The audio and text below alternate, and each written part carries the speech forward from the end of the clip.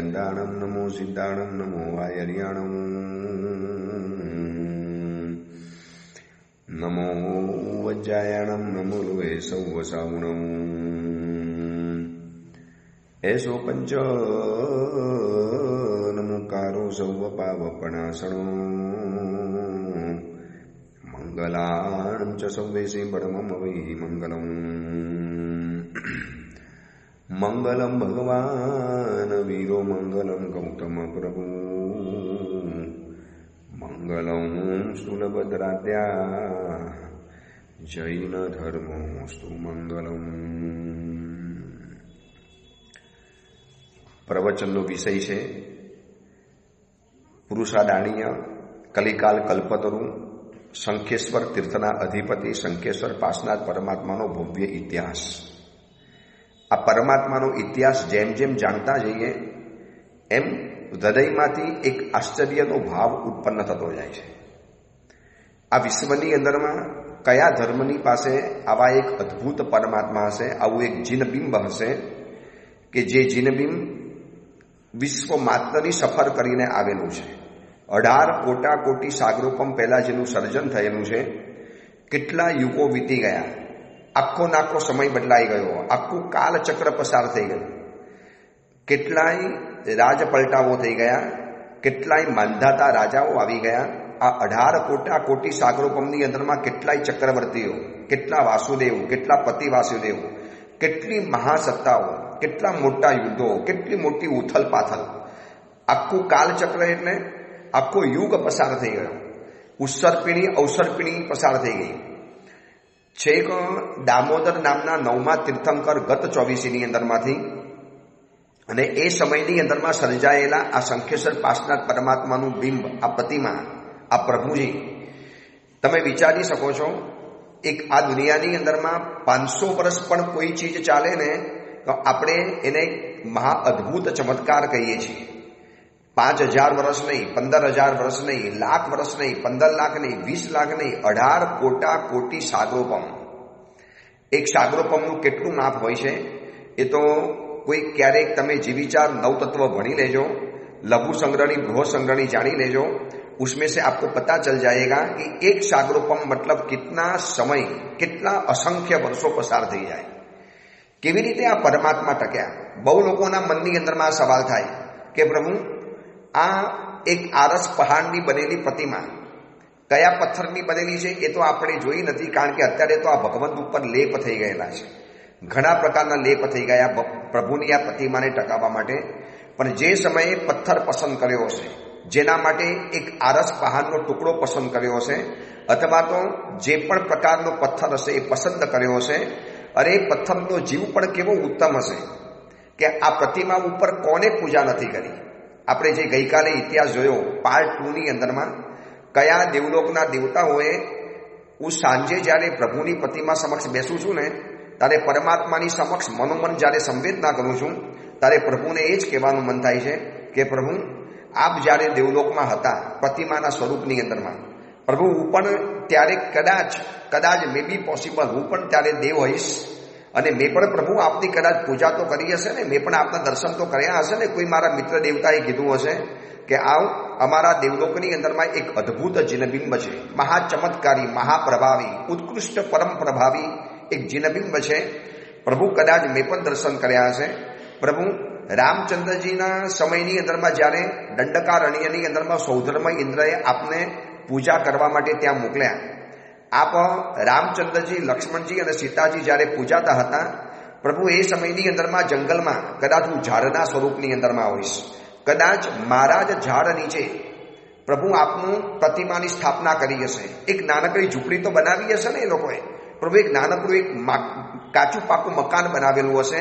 કદાચ પ્રભુ મારા શરીરમાંથી એ મકાન બન્યું હશે. હું પ્રભુ ધન્ય બની ગયો. અને અલગ અલગ સ્વરૂપની અંદરમાં પ્રભુ આ વ્યંતર નિકાયમાં દેવમાં હતા, જ્યોતિષ નિકાયની અંદરમાં હતા, ભવનપતિમાં હતા, વૈમાનિક દેવોની અંદરમાં હતા, આ વિદ્યાધરોના ભવનની અંદરમાં હતા. પ્રભુ 18 કોટી સાગરોપમની અંદરમાં કોઈક તો એવો સમય આવ્યો હશે જ્યારે હું આપની નજીકમાં આવ્યો હોઈશ, આપની નિકટમાં આવ્યો હોઈશ, મેં આપને જોયા હશે, આપને નિરખ્યા હશે. કોઈ નાનો સૂનો સમય નથી. અને આ સમયની અંદરમાં પ્રભુ અલગ અલગ જગ્યાની અંદરમાં ભક્તિ સ્વીકારતા દેવેન્દ્રો, નરેન્દ્રો, નર, નારી, વિશ્વ માત્રની સઘળી જગ્યાની અંદરમાં જઈને હવે પરમાત્મા સૌથી છેલ્લા નાગ ભવનની અંદરમાં, નાગલોકની અંદરમાં ધર્ણેન્દ્ર અને પદ્માવતી દ્વારા પૂજાતા હતા. એટલા માટે આપણે મંત્ર બોલીએ છીએ ને, ઓમ બ્રીમ અર્હમ શ્રી ધર્ણેન્દ્ર પદ્માવતી પરિપૂજિતાય શ્રી શંખેશ્વર પાર્શ્વનાથાય નમઃ. અને એ પરમાત્મા નાગલોકની અંદરમાં હતા. અને એ સમયની અંદરમાં આ ધરતી ઉપર એક ભયંકર યુદ્ધ ખેલાઈ ગયું. જરાસંઘ અને શ્રી કૃષ્ણની સાથેનું યુદ્ધ, ભયંકર યુદ્ધ મંડાયેલું. આ જ વઢિયાર દેશના આજુબાજુના પ્રદેશની અંદરમાં મેં તમને જે ગઈકાલે એક ગામોના નામ બતાવ્યા, આ રાધનપુર, આ સમી, આ મુંજપુર, પછી આ બાજુ આદરિયાણા, આ બધા જ ગામોની આજુબાજુની અંદરમાં છાવણી અને એ લોકોના પડાવો રહેલા હતા. તુમુલ યુદ્ધ જામેલું હતું. જરાસંઘને અભિમાન એવું હતું કે ચપટીની અંદરમાં ચોરી નાખીશ. આ લોકોને હરાવાય એટલે શું મોટી વાત છે, મારી પાસે ચક્રરત્ન છે, મારી પાસે ભલભલી વિદ્યાઓ છે, મારી પાસે જબરજસ્ત શક્તિઓ રહેલી છે. પરંતુ સમય જ્યારે જેનો પૂરો થાય છે ને, પછી એની શક્તિ પણ એની પાસે રહેલી કશી જ કામ નથી લાગતી. એનો સમય પૂરો થઈ ગયેલો હતો. જ્યારે એનો સમય હતો ત્યારે એને સમગ્ર ધરતી ઉપર રાજ્ય કર્યું, 3 ખંડ ઉપર રાજ્ય કર્યું.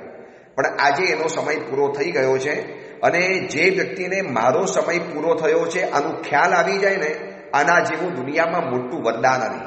છેક સુધી એમ લાગે નહીં હજી મારો સમય નથી આવ્યો, હજી મારો સમય નથી આવ્યો, ત્યાં સુધી પદ ઉપર ચીટકી રહેવાનું, ત્યાં સુધી ઘરની બધી ચાવીઓ પોતાની પાસે રાખવાની, ત્યાં સુધી સત્તાના બધા જ સૂત્રો પોતાની પાસે રાખવાના. અને જરાસંઘને એ ખબર ના પડી કે હવે મારો સમય પૂરો થયો છે, હવે એક નવો સિતારો ચમક્યો છે. વાસુદેવ તરીકે શ્રી કૃષ્ણ, જેને લોકો ભગવાન તરીકે પૂજવાના છે, એનો જન્મ થયેલો છે. અને એ તો મુસ્તાક હતો, હું તો હરાવી રહીશ. જરાસંઘ પોતાની તાકાત ઉપર આમ એને એમ લાગતું હતું કે વિજય હાથ વેતની અંદરમાં છે. હમણાં શ્રી કૃષ્ણની સેનાને હરાવી કેટલી વાત છે. બાણ વરસાવી, ભલભલા ધનુધારીઓ છોડી મૂક્યા અને બધું જ કર્યું. છતાં પણ જ્યારે યુદ્ધ બહુ લાંબુ ચાલ્યું અને એવું લાગ્યું કે હવે આ યુદ્ધને જલ્દી પતાવવું પડશે, રોજના ખર્ચા, કરોડો રૂપિયાના ખર્ચા, અને ધીરે ધીરે એક દીકરાઓ હણાતા ગયા, એક મહારથીઓ હણાતા ગયા. અને એ વખતે જરાસંઘને ચિંતા ઉત્પન્ન થઈ. હસ્તી સેના, અશ્વસેના, પાયદર આ બધું જ પોતાનું જોર લગાડી ચૂકેલા હતા. યાદ રહે, આ યુદ્ધના સમયની અંદરમાં આપણા શંખેશ્વર પાર્શ્વનાથ પરમાત્મા, જેની આપણે રોજ પૂજા કરી શકીએ છીએ, જેને તમે શંખેશ્વરમાં આવીને નજરો નજર નિહાળી શકો છો, જેને આપણે સ્પર્શી શકીએ છીએ, જેને આપણે ટચ કરી શકીએ છીએ, જે પ્રભુની સાથે આપણે વાતચીત કરી શકીએ છીએ, આપણી આંખો દ્વારા જે પ્રભુને આપણે જોઈ શકીએ છીએ, એ પ્રભુ એ સમયની અંદરમાં નાગલોકની અંદરમાં બિરાજમાન હતા. અને ધર્ણેન્દ્ર, પદ્માવતી અને નાગકુમારોની પૂજાને સ્વીકારતા હતા. અને શ્રી કૃષ્ણની સેના મચક નથી આપતી. હવે જરાસંઘ ધીરજ ગુમાવી દીધી. હવે રઘવાયો બની ગયો, હવે હક્કો બની ગયો, હવે એનાથી રહેવાયું નહીં. અને એને એક પાસું એવું નાખવાનો વિચાર કર્યો કે બસ આ નાખી લઈશ એટલે મારું યુદ્ધ મારા હાથની અંદરમાં આવી જવાનું. અને એને પોતાની જરા વિદ્યાને યાદ કરી. જરા વિદ્યા મેં તમને ગઈકાલે સમજાવેલું હતું કે આ વિદ્યાના પ્રભાવથી શરીર બધાના ગરી જાય, બધા જ વૃદ્ધ બની જાય, બધા જ યુવાનો શક્તિથી નામશેષ બની જાય, અને એવા વૃદ્ધ બની જાય કે જેને હાથમાંથી તલવાર નહીં, પોતે પોતાના પગ ઉપર ઊભા પણ ન રહી શકે. અને તાત્કાલિક એને આ જરાસંઘે વિચાર્યું કે આ જરા વિદ્યાનો પ્રયોગ કરવો પડશે. વિદ્યા એની પાસે હતી, સિદ્ધ કરેલી હતી, અને મંત્ર પાઠ કર્યો. અને જરા વિદ્યાનો જ્યાં યાદ કરી, જરા નામની એની જે દેવી આવી પહોંચી અને આદેશ આપ્યો, શ્રી કૃષ્ણના જે લાખોનું સૈન્ય છે ને, બધા ઉપર જરા વિદ્યાનો પ્રભાવ ફેલાવી. વિદ્યાની તાકાત હોય છે.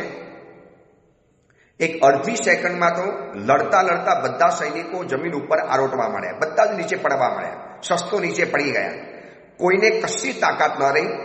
અને માત્ર 3 પુણ્યશાળી વ્યક્તિ જે હતા, શ્રી નેમનાથ પરમાત્મા, શ્રી કૃષ્ણ અને બલદેવ, આ 3 વ્યક્તિઓ સિવાય આખું કરોડો અબજોનું સૈન્ય જરા વિદ્યાથી ઘેરાઈ ગયું. આ 3 ઉપર કોઈ અસર ન થઈ, કારણ કે 3 વ્યક્તિઓ વિશિષ્ટ હતા. 3 વ્યક્તિઓ ત્રિષષ્ઠી સલાકા પુરુષમાં આવનારા વ્યક્તિઓ હતા. એની ઉપર જરા વિદ્યાનો ક્યારેય પ્રભાવ ન ફેલાય. જરાસંઘે પૂછ્યું કે આ 3 કેમ રહી ગયા? એમની ઉપર મારું નહીં ચાલે. એમાં નેમનાથ ભગવાન ઉપર તો મારું બિલકુલ ન ચાલે. તીર્થંકરનો આત્મા છે, હું એમને કશું કરી શકું તાકાત છે? આ નેમનાથ ભગવાનની એવી તાકાત છે કે મને ઊભી પૂંછડીએ ભગાવી શકે. આ તો તમે મને યાદ કરી છે માટે મારે આ કરવાનું છે. જરા વિદ્યા પોતાનો પ્રભાવ ફેલાને ચાલી ગઈ, પરંતુ નેમનાથ ભગવાન, શ્રી કૃષ્ણ અને બલદેવ આ 3 જણાને વિદ્યાશક્તિ પરાસ્ત ન કરી શકી. એમની ઉપર વિદ્યાની કોઈ કહેતા કોઈ અસર નહીં. અને સૈન્યની આવી હાલત જોયા પછી શ્રી કૃષ્ણ તો ચિંતામાં આવી ગયા. એક સૈનિકને ઉઠવાની તાકાત નહીં, આંખ ખોલવાની તાકાત નહીં. બધા જાણે કે એકદમ 100 વર્ષના વયોવૃદ્ધ વ્યક્તિઓ બની ગયા હોય. કોઈ તલવાર ન પકડી શકે. અને જરાસંઘે અટ્ટહાસ કર્યું. શું ગોપાલક, જોઈ લીધું ને મારી તાકાત, લડવા મારી સામે આવ્યા. હવે જોજો, આ તમારા બધા સૈનિકોને ચૂરો કરી નાખીશ, બધાના હાથ પગને કાપી નાખીશ. અને એવો લલકાર કરી નાખ્યો. હવે એવી હાલત થઈ ગઈ કે આ 3 જણા સિવાય આખું સૈન્ય છૂટેલું છે. આખું સૈન્ય બેહોશ અને બેભાન પડીને પડેલું છે. અને શ્રી કૃષ્ણ એટલા બધા ચિંતાની અંદરમાં આવી ગયા, સીધા ભાગતા ભાગતા આવ્યા નેમનાથ ભગવંતની પાસે, જે એમના કજીન ભાઈ છે. શ્રી કૃષ્ણ ભગવાનને પણ ખબર છે હવે ઉગારી શકે તો એક જ નેમ પ્રભુ તીર્થંકરનો આત્મા છે, એનું પુણ્ય જોયું છે, જન્મથી દેવી દેવતાઓ સેવામાં છે. અને આ માટલીનો, ઇન્દ્રનો સેનાધિપતિ માટલી જેની સેવાની અંદરમાં છે. હવે એમને પૂછ્યું કે ભાઈ, હવે આનો શું ઉપાય? આ તો જરાસંઘ છે, આપણું આ લાખો અને કરોડો સૈનિકો આપણા ભરોસે લડવા માટે આવ્યા છે. આપણે એને બચાવવા પડશે. આપણી આ યાદવ સેના છે. આ જરાસંઘે આ બેભાન પડેલી આપણા સૈનિકો ઉપર પાગલ હાથીને છોડી મૂકશે, એ રથ ફેરવી નાખશે, એ ઘોડાઓને છોડી મૂકશે અને બધાનું કચુંબર કરી નાખશે. શું આપણે આ બધાના મોત જોઈ શકીશું? આપણા ભરોસે આવેલા સૈનિકો છે, એની સુરક્ષા કરવાની જવાબદારી આપણી છે. બોલો ભાઈ, શું કરી શકાય આમાં? આમાં કોઈ રસ્તો છે? તાત્કાલિક કશું કરવું પડશે. અને એ વખતે બસ મેં તમને કીધું ને કે આ શંખેશ્વર પાસનાથ ભગવંત જે મળ્યા છે ને, એની પાછળ 2 વ્યક્તિના પ્રશ્નોએ બહુ મોટો ભાગ ભજવ્યો છે. શંખેશ્વર ભગવાનની પ્રતિમા સર્જાઈ, એમાં અષાઢી શ્રાવકનો સવાલ. અને આ પાસનાથ પરમાત્માની પ્રતિમા આપણા સુધી પહોંચીને એમાં આ શ્રી કૃષ્ણનો સવાલ. માનો એ વખતે શ્રી કૃષ્ણ ભગવાને નેમનાથ પ્રભુને જો સવાલ ન પૂછ્યો હોત અને પોતાની જાતે જો રસ્તો કાઢવાની અંદરમાં ગયા હોત અને કદાચ કાઢી પણ શક્યા હોત, તો કદાચ આપણને આ દેવતાઓથી પૂજાયેલા, ઇન્દ્રો, નરેન્દ્રો અને ચક્રવર્તીઓથી બંધાયેલા, વિદ્યાધરોએ પૂજાયેલા, 18 કોટી સાગરોપમ પહેલા સર્જાયેલા આ શંખેશ્વર પાસનાથ ભગવાનનું બિંબ આપણને જોવા માટે ન મળત. ખુલાસો કરી દઉં, હજી સુધી આમનું શંખેશ્વર નામ પડેલું નથી. માત્ર સિમ્પલ પાસનાથ ભગવંત છે. આ શંખેશ્વર નામનો ઇતિહાસ તો હવે આવશે. અને એ વખતે એને જે સવાલ પૂછ્યો ને, મેં તમને કીધું ને, સાચી વ્યક્તિને સાચા સમયે સાચો સવાલ જો પૂછવાની અંદરમાં આવે તો એમાંથી એક આખો ઇતિહાસ સર્જાઈ જતો હોય છે. એવો ઇતિહાસ સર્જાઈ જાય કે જે આખો યુગ બદલી નાખે. અષાઢી શ્રાવકે દામોદર તીર્થંકર ભગવંતને સવાલ પૂછ્યો, એમાંથી પાસનાથ ભગવંતની પ્રતિમાનું સર્જન થયું. અને શ્રી કૃષ્ણ ભગવંતે નેમનાથ ભગવંતને સવાલ પૂછ્યો, એમાંથી આ શંખેશ્વર પાસનાથ ભગવાન આપણને મળ્યા, જેમની છત્રછાયામાં હું અત્યારે છું, બરોબર બાજુની અંદર. કદાચ મારા પ્રવચનનો અવાજ પ્રભુના કાનમાં જતો હશે અને પ્રભુ પણ પોતાની આ કથા સાંભળતા હશે કે હું કેવી રીતે પેદા થયો, મારી પ્રતિમા કેવી રીતે નિષ્પન્ન થઈ, મારી પ્રતિમાનું કેવી રીતે સર્જન થયું. હવે અતિ મહત્વની વાત, એ સમયની અંદરમાં જો નેમનાથ ભગવંતે એવું કીધેલું હોય ને શ્રી કૃષ્ણને કે એમાં શું વિચાર કરે છે, લા હું આ બધી વિદ્યાને ખતમ કરી. જો તીર્થંકરનો આત્મા છે, બધું જ કરી શકતા હતા.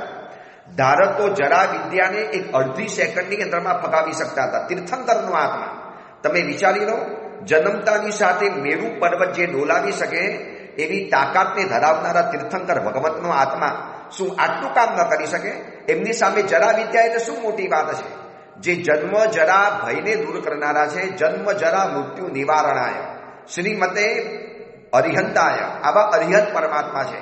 એમના માટે આ જરા વિદ્યા એટલે મોટી વાત છે. એક ફૂંક મારી હોત, હાથમાં પાણીની અંજલી લીધી હોત અને બધા ઉપર પાણી છાટ્યું હોત ને, જાદવની જરા જાય રોતી રોતી ભાગી જાય. પરંતુ અવધિ જ્ઞાનના માલિક છે નેમનાથ ભગવંત, એમને પોતાનો પ્રભાવ બતાડવાનું મન નથી થયું. વિચારી લેજો, આ કથા પાસનાર ભગવંતની કથા આપણને શીખવાડે છે કે પોતાનું મહત્વ વધાર્યા કરતા જેનું મહત્વ વધારવું જરૂરી છે ને એનું મહત્વ વધારવું. નેમનાર ભગવાન કહી શકતા હતા, શ્રી કૃષ્ણ ચિંતા નહીં કર ભાઈ, ચિંતા મત કર, હું જરા વિદ્યાને હટાવી દઈશ. સ્વયં પ્રભુ પોતે હટાવી શકે એવા સક્ષમ હતા નેમનાર ભગવંત. જો પ્રભુની પ્રતિમા જરા વિદ્યાને હટાવી શકતી હોય તો જીવન તીર્થંકર નેમનાર ભગવાન ન હટાવી શકે? શું મોટી વાત છે એની અંદરમાં? બિલકુલ ન બની શકે.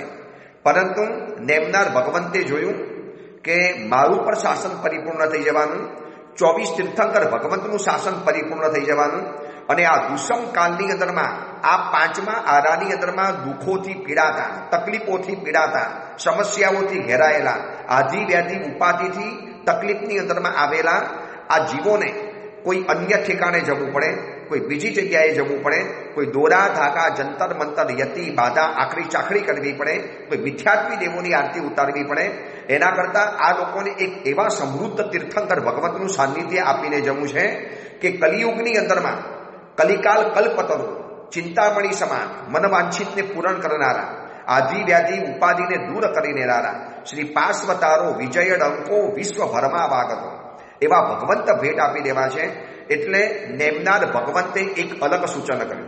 જોજો, 2 વ્યક્તિની ઉદારતાના કારણે, 2 વ્યક્તિની સમજદારીના કારણે આજે આપણને આ ધરતી ઉપર દેવ દેવેન્દ્રોથી પૂજાયેલા, વરના ભગવાન આપણા નસીબમાં કેવી રીતે આવે? તમે વિચારો, જ્યારથી એમનું સર્જન થયું છે ત્યારથી દેવલોક સિવાય ભગવાન કોઈ જગ્યાએ ગયા નથી. તમે વિચારી લેજો, એક ડોક્ટર એવો છે કે જેને અમેરિકા જેવા મોટા વિશ્વના ધુરંધર દેશોની અંદરમાં જબરજસ્ત કામ કરેલું છે, અને એવો મહાવિખ્યાત પ્રખ્યાત ડોક્ટર એક ગામડાવાળો એવું વિચારે કે આ ડોક્ટર સાહેબ અમારા હોસ્પિટલમાં, અમારા ગામડામાં હોસ્પિટલ નાખે અને અમારા લોકોનો ઈલાજ કરે. શું આવું બની શકે છે? જે અમેરિકા જેવા મહાન દેશોમાં, બ્રિટન જેવા, ઓસ્ટ્રેલિયા જેવા, ભારત જેવા દેશોના મોટી મોટી સિટીઓની અંદરમાં જેના ડંકા વાગતા હોય. અને હવે વિચારી લો ને, આજે ભટ્ટાચાર્ય છે, બાયપાસ કરવાની અંદરમાં હોશિયાર ડોક્ટર છે, બ્રિજ કેન્ડીના મુંબઈની અંદરમાં. હવે એ ભટ્ટાચાર્યને કોઈ એમ વિચારે કે સાવ નાનકડું અમારું ગામડું છે, ખોબા જેવું ગામડું, જ્યાં લાઇટો અને વીજળી પણ નથી અને લેટ્રિન જવાની પણ વ્યવસ્થા નથી, અને એવા અમારા ગામડાની અંદરમાં ભટ્ટાચાર્ય આવે, રહે અને બાયપાસ અમારા ગામની અંદરમાં કરે અમારા લોકોના. બની શકે છે? નેવર, ન બની શકે. ભટ્ટાચાર્ય કે આવજો મારી પાસે, બાયપાસ કરાવી દેજો. હવે દેવલોકની અંદરમાં રહેનારા, વિદ્યાધરોથી પૂજાયેલા, ઇન્દ્રો દ્વારા જેની સ્તવના થયેલી છે, જે જીન બિંબે સર્જન પામ્યું ત્યારથી દેવલોક સિવાય કોઈ જગ્યાએ ભગવું રહ્યા નથી. થોડોક સમય અષાઢી સાવકે જે પૂજા કરીએ અને દંડકારણ્યની અંદરમાં રામચંદ્રજી, લક્ષ્મણજી અને સીતાજીએ પૂજા કરીએ, બાકી ભગવાનનો બધો જ સમય લગભગ 54 લાખ વર્ષ ચંદ્રમાં, 54 લાખ વર્ષ સૂર્ય પાસે, 54 લાખ 60,000 વર્ષ વિદ્યાધરો પાસે, આવી રીતે ભગવંત ફર્યા છે. અને એક નાનકડા આવા સંખેશ્વર જેવા ગામડાની અંદરમાં આવી જાય, જે સિટી નથી, સાવ પછાત ગામડું છે. આખું ગામ આજે આ શંખેશ્વર ભગવંતથી પૂજાય છે, ચાલે છે. આજે લોકોના ઘરના જે ચૂલા જલે છે તે શંખેશ્વર ભગવંતના કારણે. શંખેશ્વરની અંદરમાં આવો છો, 2 બાજુ જે દુકાનો દેખાય છે, દુકાનોની જે હારમારા દેખાય છે, રિક્ષાવાળો હોય, ટેન્ટવાળા હોય, મંડપવાળા હોય, સંગીતકારો હોય, અરે ઇવન નાનામાં નાની વ્યક્તિનો પણ જો ચૂલો જલતો હોય ને શંખેશ્વરની અંદરમાં, તો આ દાદા દરબારમાં બેઠેલા શંખેશ્વર ભગવાનના પરમ પ્રતાપે. આ શંખેશ્વર ભગવાન જ ન હોત તો એ લોકોને કોણ, આ શંખેશ્વરમાં કોણ આવત? ગામ પણ કેવી રીતે બનવાનું હતું? તો નેમનાર ભગવંતે જોયું કે આવનારો યુગ બહુ વિષમ આવવાનો છે. લોકો 5મો આરો દુષમ આરો છે, અને હુંડા અવસર પીઢીનો આ કાળ છે. લોકો આધિ વ્યાધિથી પીડાવાના, લોકોના જીવનની અંદરમાં સંકટો આવવાના, જેના સ્મરણથી જીવનના સંકટ બધા દૂરે ટળે એટલા સંકટો ભરવું આ દૂર કરવાના છે.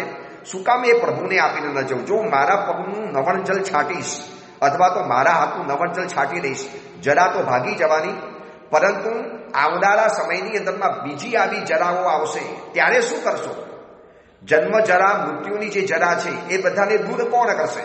એમના માટે એ લોકોને એક અદ્ભુત પ્રતિમા મારે ધરતી ઉપર લવડાવી છે. ધરતી ઉપર લાવવાનું આ નિમિત્ત છે. દેવલોકની અંદરમાં એ પ્રભુની બહુ પૂજા થઈ ગઈ.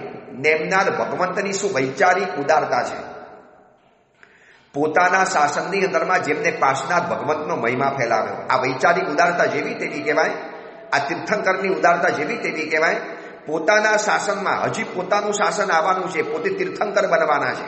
અને એ સમયની અંદરમાં એમને પાસનાથ ભગવાનનો ડંકો ફેલાવ્યો. અરે કૃષ્ણ, ચિંતા મત કર ભૈયા, એક કામ કર, અઠ્ઠમ की आराधना कर, 3 दिन अठ्ठम कर कर जाप कर, आह्वान कर, पद्मावती देवी का आह्वान कर, धनदेन्द्र पद्मावती देवी को बोला. અને એમની પાસે એક અદ્ભુત જિનબિંબ છે. અને નેમનાથ ભગવંતે શ્રી કૃષ્ણને આખો ટૂંકની અંદરમાં આ પાસનાથ ભગવંતની નિર્માણથી માંડીને ઇતિહાસ કઈ બતાવ્યો कि भैया 18 कोटा कोटि सागरोपम पहले प्रतिमा का सर्जन हुआ है और इस प्रतिमा ने क्या क्या प्रभाव फैलाया है. सही में अगर इस प्रतिमा अगर धरती पे आ गई અને તું એનું શાસ્ત્ર જલ જો આ બધા ઉપર છાંટે ને તો તારું કામ થઈ જાય. અને સાંભળીને આશ્ચર્યચકિત થઈ ગયો. પ્રભુ, આ પ્રતિમા તો કેવી રીતે આપણને મળે? જેમ ગરીબ ગામડાનો માણસ એવું વિચારે કે અમારા ગામડાની અંદરમાં પણ સુપર જેટ વિમાનો ઉતરે, જ્યાં સાયકલના ઠેકાણા નથી, જ્યાં ગાડા સિવાય કશું ફરતું નથી. અને એવા ગામડાના માણસો એમ વિચારે કે સુખોઈ વિમાન અમારા ત્યાં હોય, અમારા ત્યાં પણ હવાઈ જહાજ હોય, અમારા ત્યાં પણ એરપોર્ટ હોય, અમારા ત્યાં પણ વંદે ભારત ટ્રેન આવે, અમારા ત્યાં પણ વિશ્વની બધી જ જહાજો અમારા ત્યાં આવી જાય. ભૈયા, તમારું તલાવ છે, તલાવની અંદરમાં કોઈ આવા ટોટિંગ શિપ ના આવે, કોઈ આવા હરવા ફરવાના જહાજો ના આવે. એ તમારે જવું હોય તો દરિયા કિનારે જવું પડે. આ તો એના જેવી વાત હતી. પ્રભુ આપણને કેવી રીતે આપે આ પ્રતિમા? આપે જે પ્રતિમાનો ઇતિહાસ બતાવ્યો 18 કોટા કોટી સાગરોપમમાં આ પરમાત્મા ભલભલા દેવતાઓ, ઇન્દ્રો, નરેન્દ્રો દ્વારા પૂજાયેલા છે. પ્રભુ આપણને મળી શકે? ન કેમ મળી શકે? સાધના કર, સંકલ્પ કર, એનાથી બધું જ સિદ્ધ થઈ જશે. હું તને કહું છું ને. હવે બીજી મૂંઝવણ છે ભૈયા, બંને કજીને ભાઈ. भैया एक दूसरी मूंझवण है, दूसरी तकलीफ है. ये 3 दिन सैन्य की सुरक्षा कौन करेगा? आ जरासंघ आ मौको नहीं छोड़े. आ जरासंघ बधाने खत्म કરી નાખશે. બધા સૈનિકોને મારી મારીને કચુંબર કરી નાખશે. એ બધાની લાશ જમીનમાં દાટી નાખશે. આ જરાસંઘને આપ ઓળખતા નથી. કૃષ્ણ भैया आप उसकी चिंता मत करो, निश्चिंत बन जाओ, ये मेरे ऊपर छोड़ दो. एक सैनिक का भी बाल बाका नहीं होगा. मैं बैठा हूं ने, मैं सब कुछ करूंगा. હવે તમે વિચારી લો, જે નેમનાર ભગવાન 3 દિવસ સુધી આ જરાસંઘની જરા વિદ્યાથી બેભાન બનેલા સૈન્યને સાચવી શકતા હોય એકલા હાથે, તો શું એ જરા વિદ્યાને ન ભગાડી શકે? માત્ર ને માત્ર આપણા માટે, માત્ર ને માત્ર આ કલિયુગના જીવોને સાચા માર્ગે રાખવા માટે. સાચું બતાવું, અગર આ શંકેશ્વર ભગવંત જો ન હોત ને, તો આજે આ વિશ્વની અંદરમાં જેટલા પણ જીન શાસનના મંદિરો છે ને, એના જીર્ણોદ્ધારો કદાચ અટકી ગયા હોય. એક શંખેશ્વર, એક શત્રુંજય, એક ગિરનાર, એક અંતરિક્ષજી, એક જીરાવલ્લાજી, આવા તીર્થોની અંદરમાં જે થનારી આવક છે, અને એ આવકમાંથી, દેવદ્રવ્યમાંથી આજે કેટલાય જિનાલયોના અદ્ભુત જીર્ણોદ્ધાર થતા હોય છે. તમે અમારી સાથે વિહારોની અંદરમાં આવો, 100માંથી 10, 15, 20 દેરાસરોમાં બોર્ડ લાગેલા છે. જીવનદાસ ઘોડીદાસ પેઢી શંખેશ્વર તરફથી 51 લાખ, 81 લાખ, 1 કરોડ, 15 લાખ, 20 લાખ, 25 લાખ આ રીતે મળેલા છે. માનો આ શંખેશ્વર ભગવંત જો આપણને નેમનાર ભગવંતે ન આપ્યા હોત, ક્યાંથી આ સમૃદ્ધિ આવવાની? ક્યાંથી આ જૈન સંઘ શ્રીમંત બનવાનું? કેવી રીતે આપણે આ ચડાવવા બોલત? લોકો પુણ્યનો બંધ કેવી રીતે કરત? લોકો આટલા કલાકો ભક્તિ કેવી રીતે કરત? માત્ર અડધી મિનિટ માટે ગભારામાં રહેવા માટે લોકો 4-4 કલાક લાઈનમાં ઉભા રહેતા હોય છે. હું જોઉં છું શંખેશ્વરની અંદરમાં, અત્યારે બેઠેલો છું. 11 વર્ષ પછી આ તીર્થની અંદરમાં આવવાનું થયું. એક વસ્તુનું ઝીણવટથી નિરીક્ષણ કરું છું. રોજ અલગ અલગ નિરીક્ષણ કરું છું. અને લોકોને બારીમાંથી જોઉં છું, બરોબર બારીમાંથી જ જિનાલય દેખાય છે. લોકો શ્રદ્ધાથી બેસે છે, 4-4 કલાક લાઈનની અંદરમાં બેસે છે, માત્ર અડધી મિનિટ પ્રભુનો સ્પર્શ કરવા માટે. શું આ પ્રભુની તાકાત છે? અને આ પ્રભુ આપણને મળ્યા છે નેમનાથ ભગવંતના કારણે, શ્રી કૃષ્ણના સવાલના કારણે, અને અષાઢી શ્રાવકે દામોદર ભગવંતને સવાલ પૂછ્યો એના કારણે. હવે નેમનાથ ભગવંતની વૈચારિક ઉદારતા. તું ચિંતા મત કર, 3 દિવસ બધું હું સંભાળી લઈશ, તું તારે બધું કરી લે. માનો આ શંખેશ્વર ભગવંત ન મળ્યા હોત ને, તો આપણે કદાચ કંગાલ હોત, આપણે દરિદ્ર હોત. જૈન સંઘ કદાચ અડધો ગરીબ રહી ગયો હોત. કારણ કે શંખેશ્વર શત્રુંજય તીર્થ તો છે કે જેની પણ અદ્ભુત આવક છે, એનો પણ ક્યારેક આપણે મહિમા શત્રુંજય જઈશ ત્યારે પણ બતાવીશ. આ વખતે હવે ગિરનાર પણ જવાનું છું, તો ગિરનારની પણ આવી તમને ભવ્ય વાતો બતાવીશ. પરંતુ આ શંખેશ્વરનો દરબાર કેટલાય લોકોના દરબારને ભરતો હોય છે. માનો આ નેમનાર ભગવંતે આ પ્રભુ ન આપે હોત તો શું થાત? નેમનાર ભગવંત એ જ વિચારતા હતા, જરા વિદ્યા તો હું દૂર કરી દઈશ. પરંતુ આ કલિયુગની અંદરમાં આધિ વ્યાધિથી પીડાતા, સંકટ અને સમસ્યાઓથી ઘેરાયેલા, ડગલે પગલે મુશ્કેલીઓથી જેની જિંદગી ઘેરાયેલી છે એવા જીવો કા પછી અન્ય દેવી દેવતાઓ પાસે ભાગી જશે, કા મિથ્યાત્રી દેવતાઓ પાસે જતા રહેશે, કા પછી શનિ સિંગનાપુર યા શિરડીના સાંઈબાબા યા સિદ્ધિ વિનાયક યા પછી મીરા દાતા યા શનિ સિંગનાપુર યા પછી કોઈ જે પણ રસ્તા બતાવશે ત્યાં પહોંચી જશે. તો મારો દાદો બેઠો છે શંખેશ્વર ભગવાન, જે વિશ્વ માતાના સંકટો દૂર કરવા તૈયાર છે, જેના સ્મરણથી જીવનના સંકટ બધા દૂરે તરે, જે પ્રભુ ભક્તોની ભીડ ભાંગવા તૈયાર છે. ભીડ ભાંગી જરા યાદવોની જરા, તત્ક્ષણે તિકમે તુજ સંભાળ્યો, પ્રગટ થ પાતાલથી પલકમાં તે પ્રભુ ભક્તજન તે હતો ભય નિવાર્યો. એક પલક માત્રમાં જે પ્રભુ ભય દૂર કરી શકે છે એ પ્રભુને કેમ ના લાવી? આ તો એક બહાનું હતું. નેમનાર ભગવંતને પાસનાર ભગવાનની આ પ્રતિમા ધરતી ઉપર લાવી હતી. એ વૈચારિક ઉદારતા કેટલી મોટી કહેવાય કે પોતાના શાસનની અંદરમાં પોતે હોવા છતાં પોતે સ્વયં તીર્થંકરનો આત્મા છે, સક્ષમ છે, તાકાતવાન છે, પોતે આ જરા વિદ્યાને હટાવી શકે છે, છતાં પણ પાસનાર ભગવંતને એમને આગળ કર્યા. 3 દિવસનો અઠ્ઠમ શરૂ કર્યો. શ્રી કૃષ્ણએ એકાંત ગુફામાં પહોંચી ગયા, જાપ શરૂ કર્યો. બિલકુલ નિશ્ચિંત બનીને નેમ કુમારે કહી દીધું, कृष्ण भैया चिंता मत करो, ये जिम्मेदारी मेरी है. एक आपके सैनिक का एक बाल भी बाका नहीं होगा. अपना सैन्य है ने सुरक्षा मैं अकेला करूंगा, आप बिल्कुल चिंता मत करो. मात्र 3 जण बच्या छे, याद रहे. श्री कृष्ण ये तो जापनी अंदर में गया. बलदेवजी के आटला बधाने एकलो नहीं संभाળી શકું. ત્યારે નેમનાથ ભગવાન કે હું તમને સંભાળીશ. અને માટલીને કીધું, દેખ આજે તારી કલા બતાવી દે. સૈન્યની આજુબાજુની અંદરમાં રથને એવો ગોળ ફેરવ, એવો ફેરવ, એવો ફેરવ કે એક પણ ઘોડો, હાથી કે સૈનિક કે જરાસંઘનું એક બાણ અંદરમાં પ્રવેશી ન શકે. તમે વિચારી લેજો, 3 દિવસના 24 કલાક અખંડ ધારે ખાધા પીધા વગર નેમનાથ ભગવાન રથમાં બેઠી રહ્યા અને રથને એટલો ફાસ્ટ ગુમાવ્યો કે જાણે કે કરોડોની સ્પીડ હોય, અબજોની સ્પીડ હોય.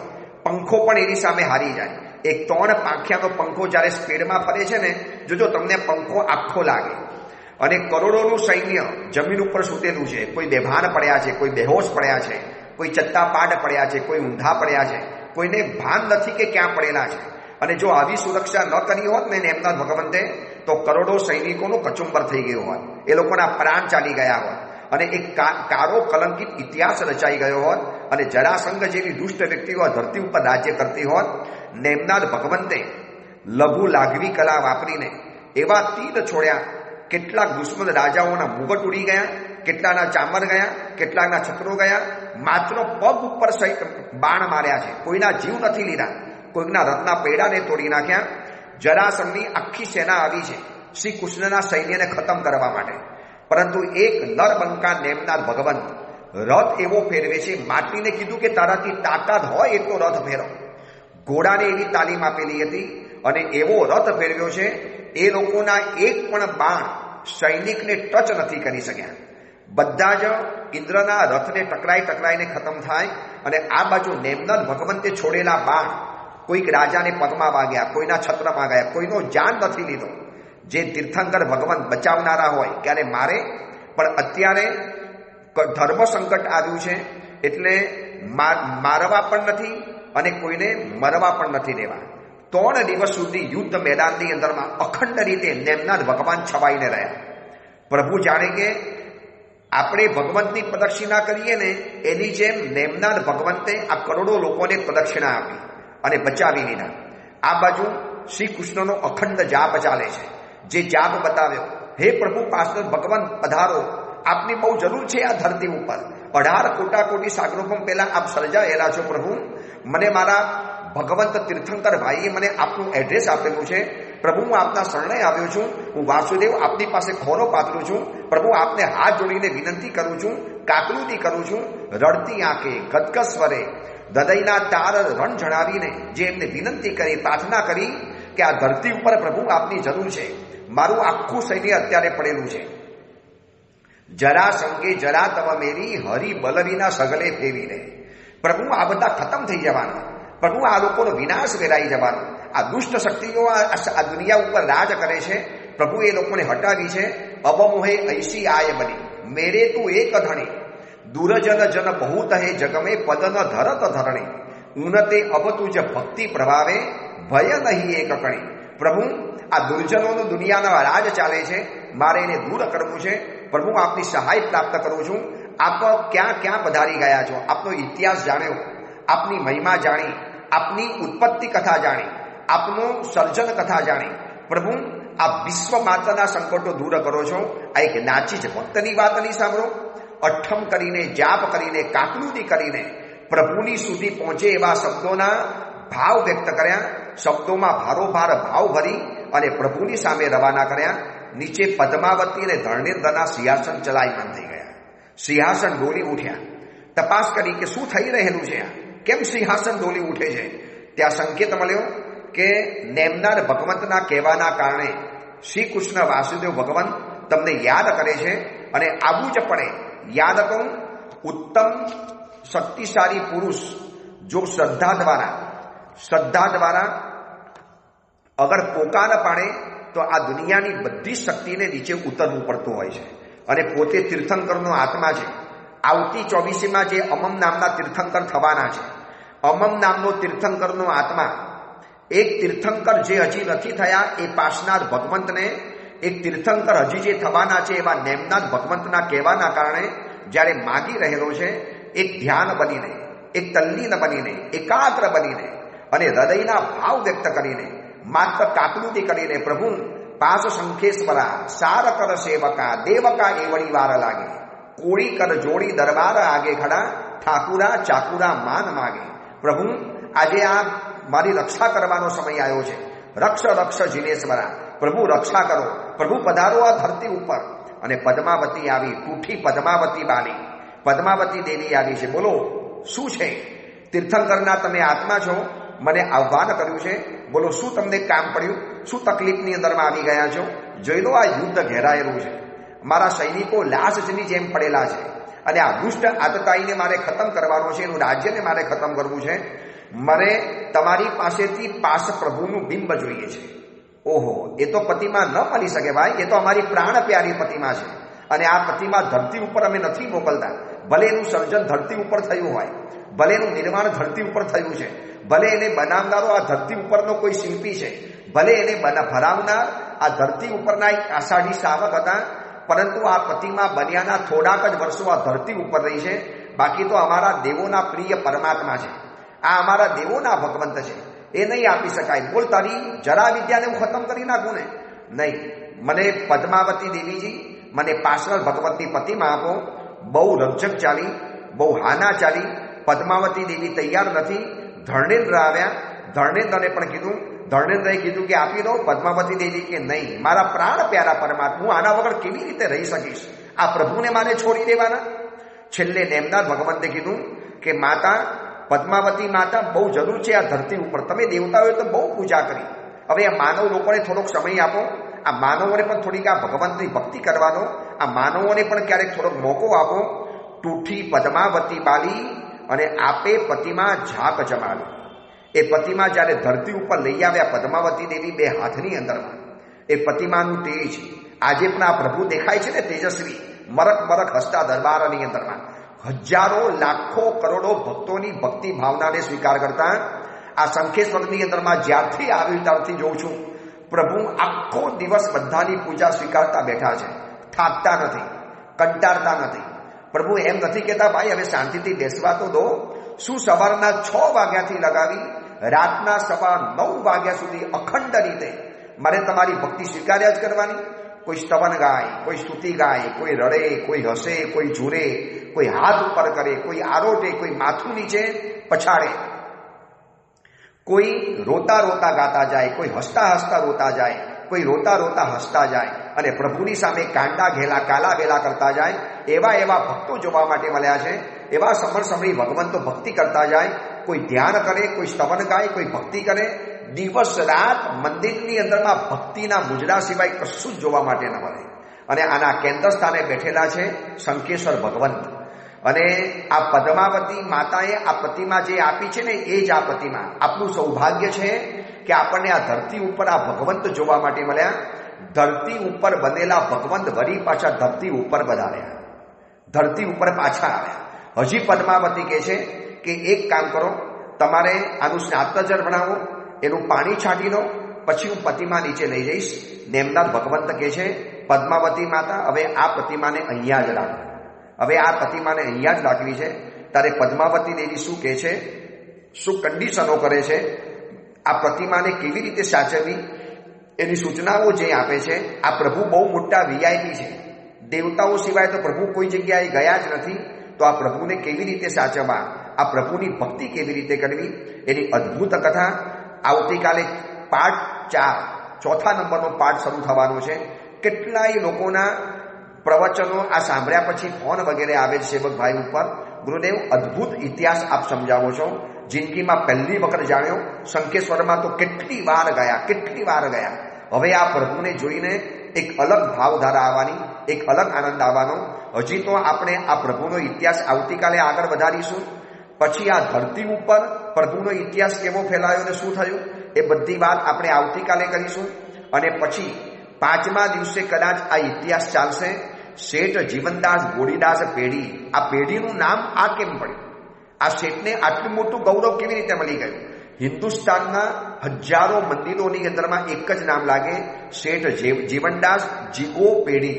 અહીંયા પણ જેટલા પણ પાટલા, ખુરશી, ટેબલ બધા ઉપર જીવનદાસ ગોડીદાસ પેઢી. તો કોણ હતા જીવનદાસ ગોડીદાસ? શું એમને ભવ્ય પરાક્રમ કરી બતાવ્યું?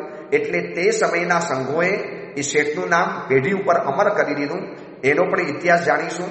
હજી 2 દિવસ આપણે આ શંખેશ્વર ભગવંતના ઇતિહાસની અંદરમાં સ્નાન કરવું છે, એમની ગંગામાં સ્નાન કરવું છે. એ અંગેની બીજી વિશેષ વાત આપણે આવતીકાલે કરીશું. એ જ મંગલ કામના, મંગલ ભાવના. જેના આજ્ઞા વિરુદ્ધ કાંઈ પણ બોલાયું હોય તો મિચ્છામી દુક્કડમ.